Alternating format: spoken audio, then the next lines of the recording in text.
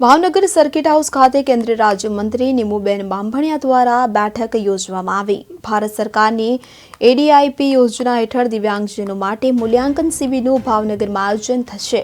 કેન્દ્રીય રાજ્યમંત્રી અને ભાવનગર સાંસદ નીમુબેન બાંભણિયાએ એડીઆઈપી યોજનાની જાણકારી આપતા કહ્યું કે આગામી તારીખ 5 થી 18 સુધી ભાવનગર જિલ્લામાં મૂલ્યાંકન શિબિરનું આયોજન કરવામાં આવનાર છે।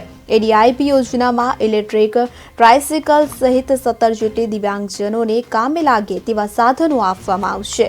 ભાવનગર શહેરમાં 5 અને 6 ડિસેમ્બરે સવારે 10 થી સાંજે 5 વાગ્યા સુધી ભાવનગર સિવિલ હોસ્પિટલમાં મૂલ્યાંકન કેમ્પ યોજાશે તેમજ ભાવનગરના દરેક તાલુકાના સામૂહિક આરોગ્ય કેન્દ્રમાં મૂલ્યાંકન કેમ્પ પણ યોજાશે।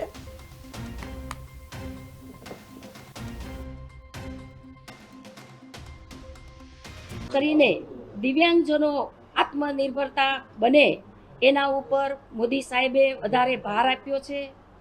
માનનીય વડાપ્રધાન શ્રી સબકા સાથ સબકા વિકાસ અંતર્ગત દિવ્યાંગોને સાધન સહાય મળે અને આત્મનિર્ભર બને એ માટે મહત્વની યોજના આપેલ છે। ભાવનગર જિલ્લામાં આ યોજનાનો લાભ સમગ્ર દિવ્યાંગને મળે એ હેતુથી સામાજિક ન્યાય મંત્રાલયને અનુરોધ કરેલ હતો।